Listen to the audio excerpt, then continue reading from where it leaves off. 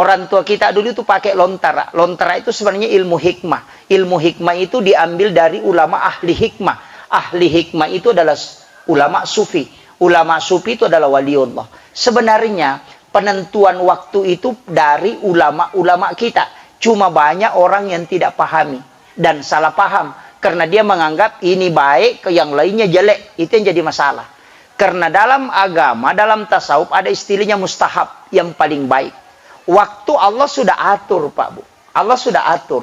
Dalam satu minggu ada satu hari yang bagus. Sayyidul Ayam, hari Jumat. Dalam 24 jam ada waktu terkhusus yang paling bagus. Mana? Wabil azhari hum yastaghfirun. Di waktu sahara hendaknya kalian beristighfar. Kalau mau taubat, pilih 10 menit sebelum subuh. Kalau mau berzikir, minta rezeki, minta pada saat selesai sholat subuh sampai sebelum selesai waktu duha. Kalau mau minta rezeki. Kalau mau minta keselamatan, sebelum sholat subuh atau sesudah sholat maghrib. Di situ kan kuncinya. Kenapa? Karena malaikat yang membawa, menjaga bumi, itu turun di situ. Kenapa sholat subuh disaksikan oleh para malaikat? Karena malaikat penjaga malam dan malaikat penjaga siang ketemu di waktu subuh.